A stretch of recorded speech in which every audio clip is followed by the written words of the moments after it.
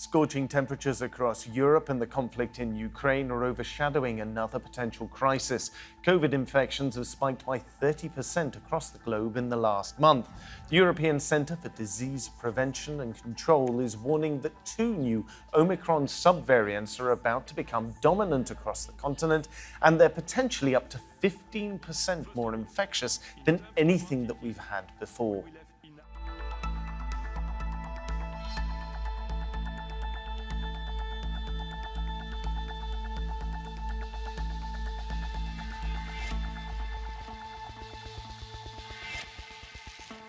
Hello and welcome to Roundtable. I'm Philip Hampshire. With the world opening up again, many people want nothing more than a normal summer holiday, but COVID still has not gone away. The question is, how much should we worry about the virus now that so many of us have become vaccinated? For example, the rise in hospitalizations currently appears to be far below the levels seen in previous waves, but there is a danger that pandemic-weary populations will simply become a little bit complacent. Joining us to discuss this on Roundtable from Copenhagen, we have Catherine Smallwood, WHO COVID-19 Incident Manager for Europe. Meanwhile, from Oxford in the UK, we have Emilia Skirmuntt, who's Evolutionary virologist at the University of Oxford's Vaccine Group.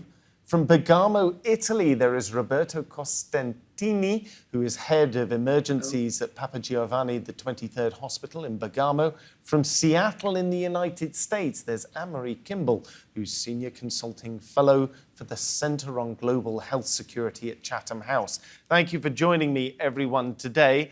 So if we can start out by asking just how serious is this new pickup that we have in COVID-19? Is this something to worry about, or is this simply the fact that the virus has run its course? It's a much less virulent thing now, even though more people might be catching it. Catherine, if I can address that to you. Good afternoon, everyone. And certainly the virus has not yet run its course. We're watching this upsurge very, very closely in the European region. Particularly, we're seeing cases increase both in Western European countries, but also as we move eastwards and into Central Asia, being driven very much by the continued evolution of the virus, but also by the fact that many countries have lifted pretty much all of the pandemic restrictions that were in place, a lot of travel during the summer. So what we're seeing is the same trend as we've seen in previous summers, which is a slow, gradual increase in cases, but happening much more quickly and much more aggressively. And that's led to a tripling of cases in Europe over the past 6 weeks, doubling of hospitalization rates. But thankfully, because of our good vaccine coverage, in most countries at least, we're seeing ICU admissions and deaths from COVID still remaining at rather low levels in comparison to previous waves. If we have a look at this particular wave, we're seeing a rise across the board in Europe. We've got rates increasing in Portugal, France, England, Germany, Italy, Spain, Greece, the Netherlands and Denmark.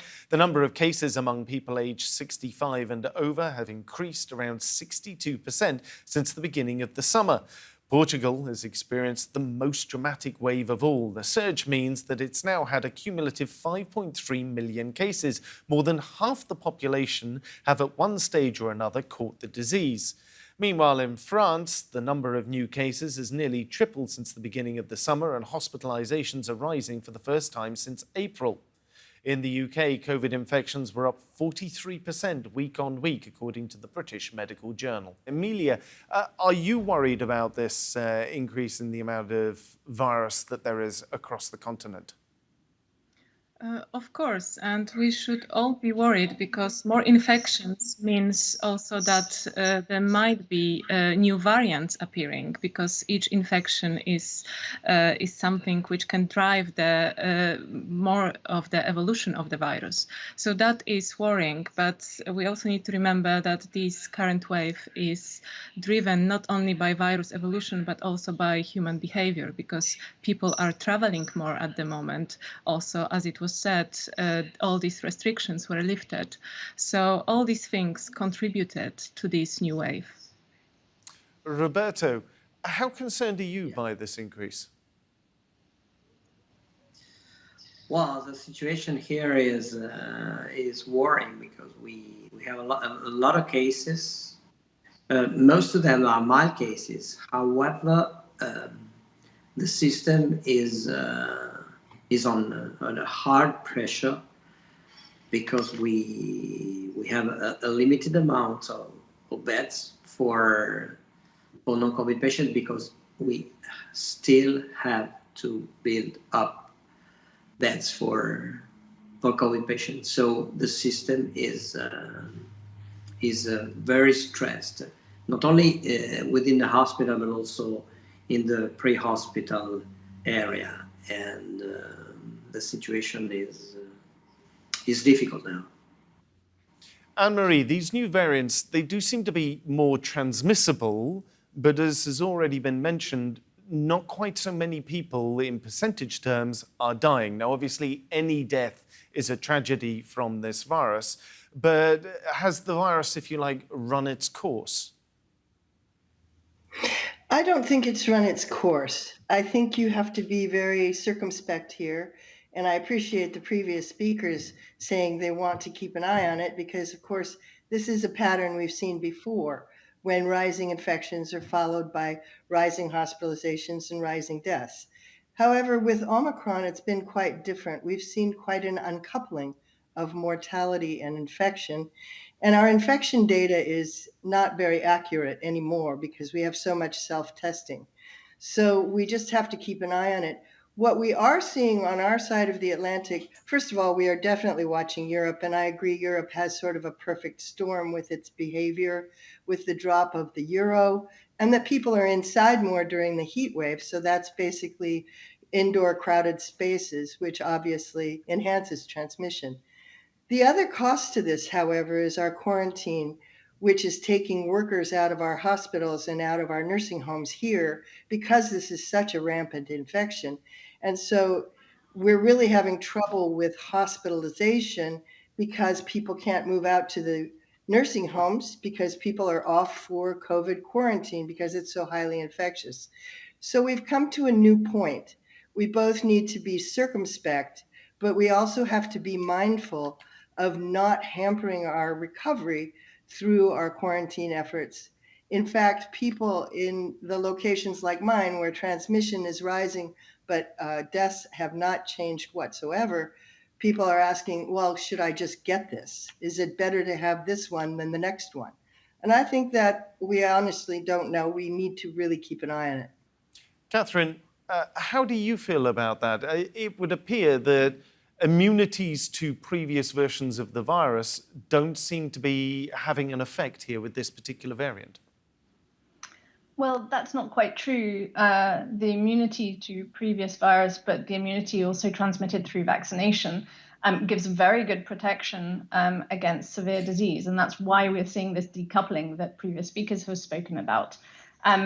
What we are seeing, though, is increased infections. And that's not so much a specific trait of the most recent sublineages of Omicron. It's a trait of Omicron. And it's, in fact, what we saw at the end of last year, at the beginning of this year. And I would say what we're seeing right now, both the increased infections, the pressures on health systems and on the hospitals, as our colleague in Italy described, the fact that we have staff absenteeism and disruption to health services. What we're seeing now in the summer is a little bit of a taste of what we can come to expect in the autumn period. We will expect to see continued evolution of the virus. We're anticipating further surges of SARS-CoV-2 infections with or without an increase in flu activity and potentially other respiratory viruses. So we're making a call actually to take a very close look at what's happening now. We're starting to see maybe a plateau in new incidents of COVID cases.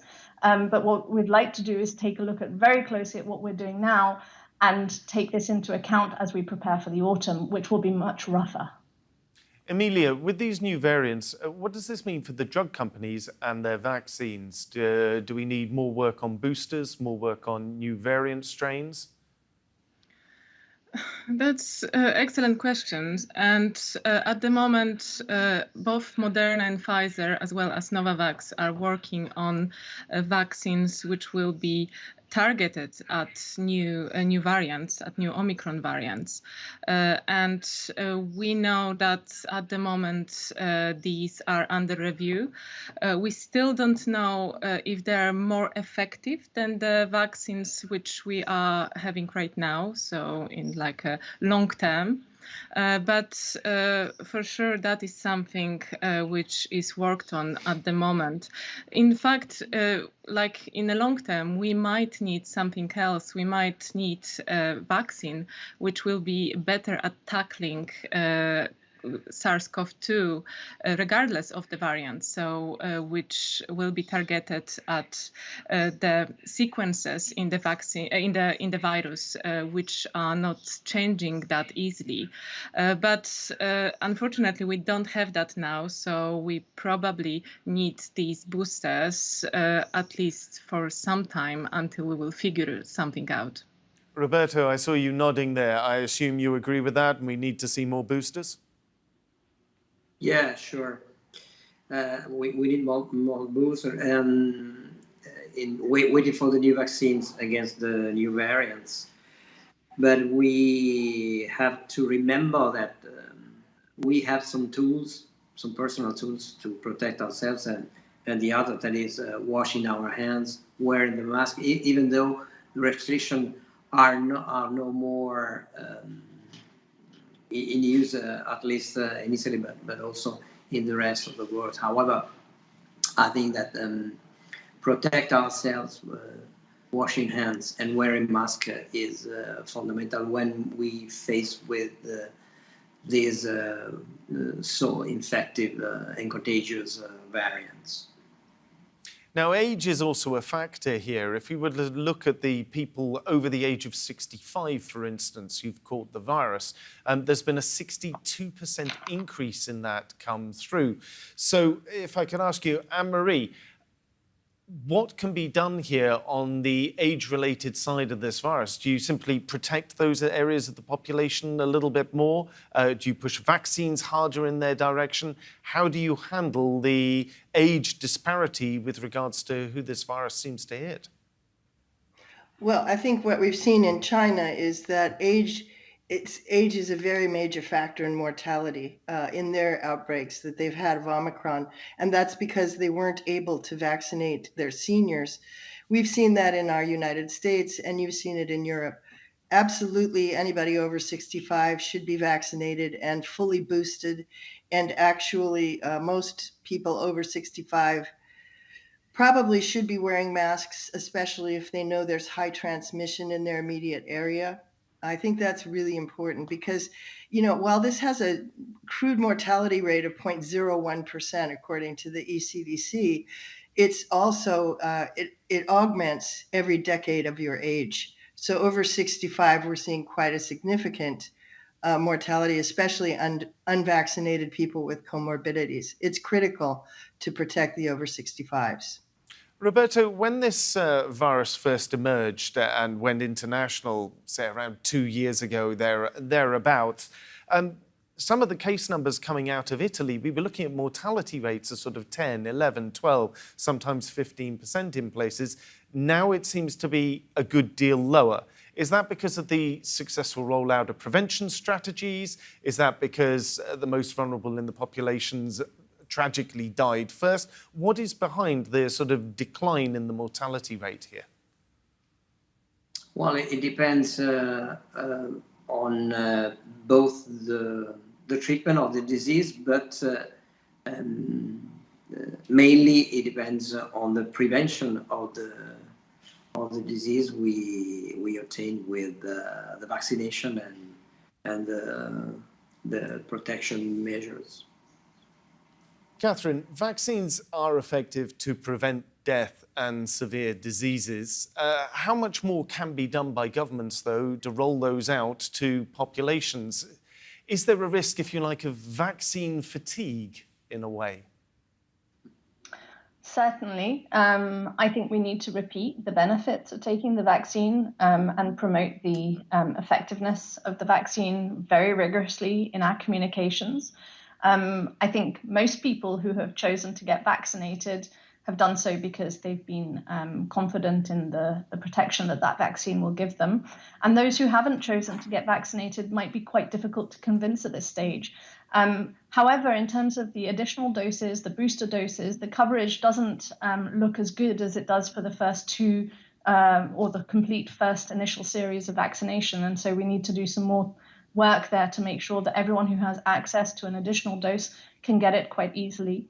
As colleagues have said, there's very strong evidence for the number of deaths that vaccinations have averted in the European region. We did a study at the end of last year, and we found that up to the end of November last year, close to 500,000 deaths had been averted by vaccination. And the higher the vaccine uptake in countries, the higher the number of deaths averted per population.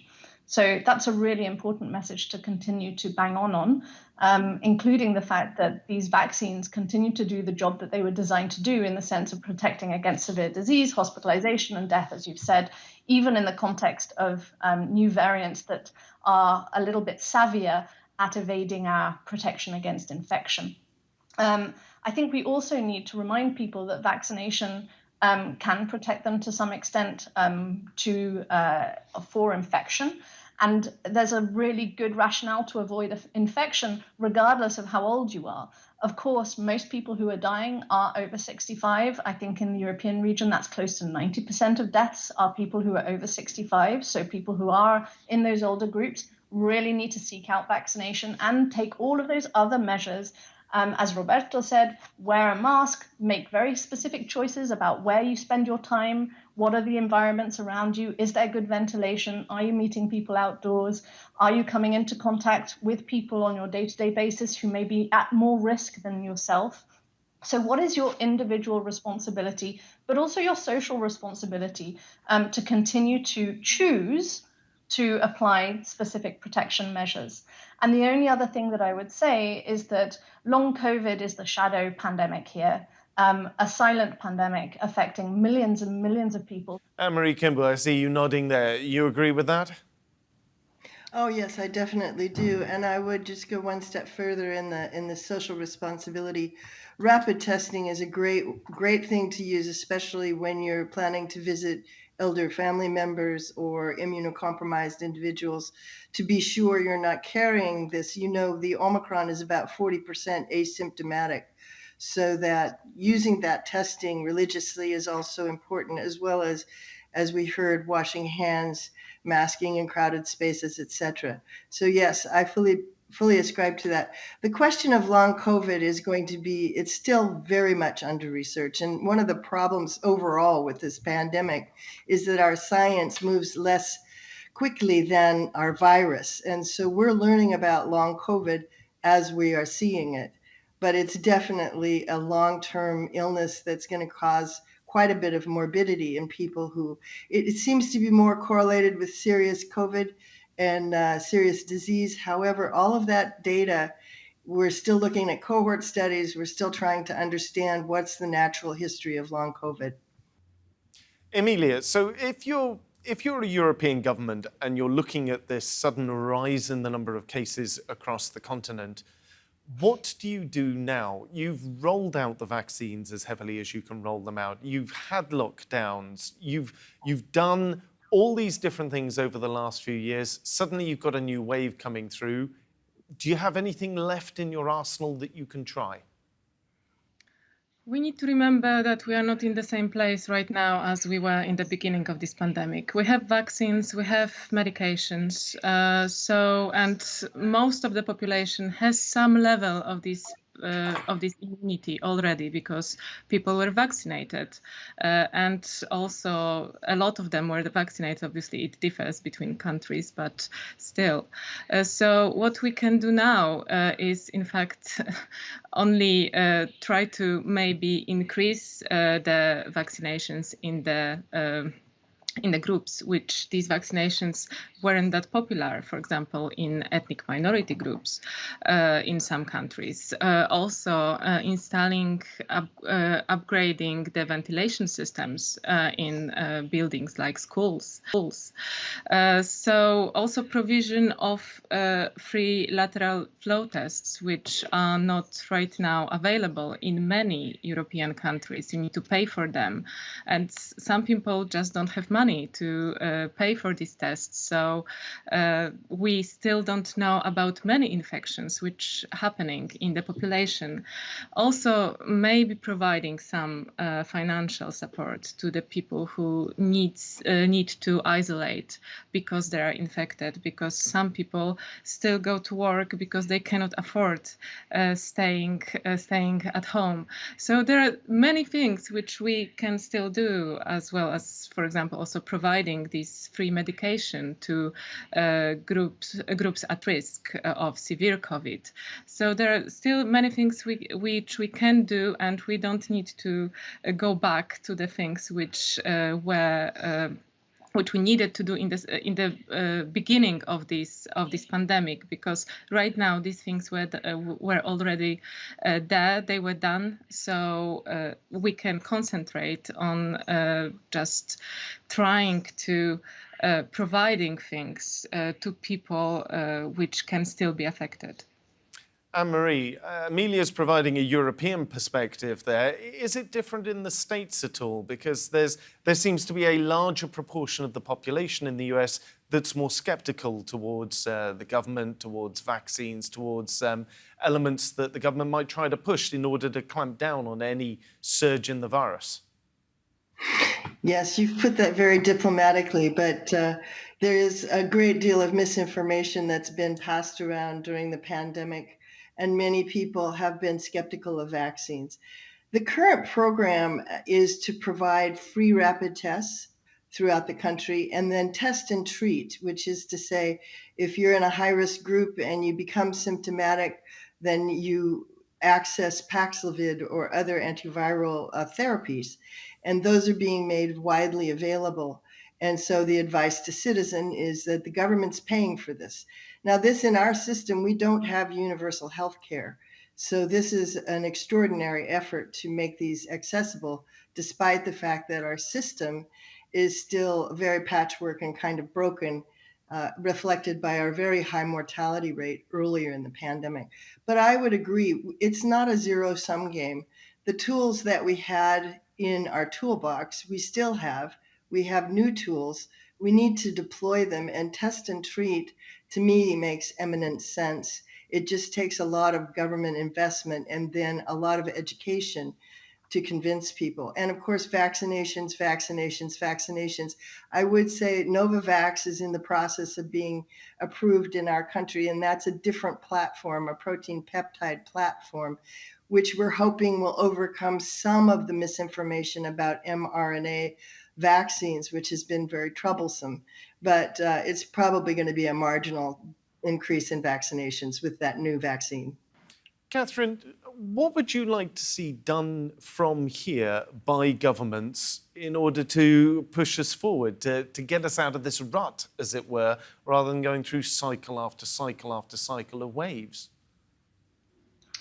Well, we might not have much choice in that, because that will very much depend on how the virus evolves and how it adapts to circulation in the human population, and as and when it finds its ecological niche and settles into some sort of predictable format. And I don't know if we can predict when that will be. But I think when it comes to countries and how they should be looking at this, especially as we're heading into the autumn period, or the end of the summer and the autumn in Europe, very much from our perspective, we want to promote 5 pandemic stabilizers. So that's really focusing on the primary series of vaccination uptake in the populations, in the general population, still very low in some countries. So that needs to still be pushed. Administering additional doses where possible to people at high risk of disease, promoting mask wearing, ventilating crowded and indoor settings, especially settings that are in the public sphere where people are meeting without masks, like restaurants. There's no point in someone wearing a mask on the train to a restaurant and then sitting in a very crowded restaurant for 4 hours having a nice dinner without any ventilation in place. Emilia, very quickly, do you agree with that? Yes, I totally agree with that, and that's these are the points which I think we should all take into consideration. So it is very important to concentrate right now on providing good ventilation as well as still managing this vaccination level at the level which will provide protection for the whole population. So these are the things which governments should really concentrate on at the moment, as well as providing these antivirals, which will help hospitals to maybe catch up with all these surgeries which couldn't be performed during lockdowns and pandemics, and which are still a big burden for hospitals. Catherine Smallwood, Emilia Skirmuntt, Roberto Cosentini and Marie Kimball, thank you very much, all four of you, for joining me. Remember, you can see more discussion and debate on our YouTube channel. Search for Roundtable TRT World. But for now, from me and all of the team here, goodbye and thank you for watching.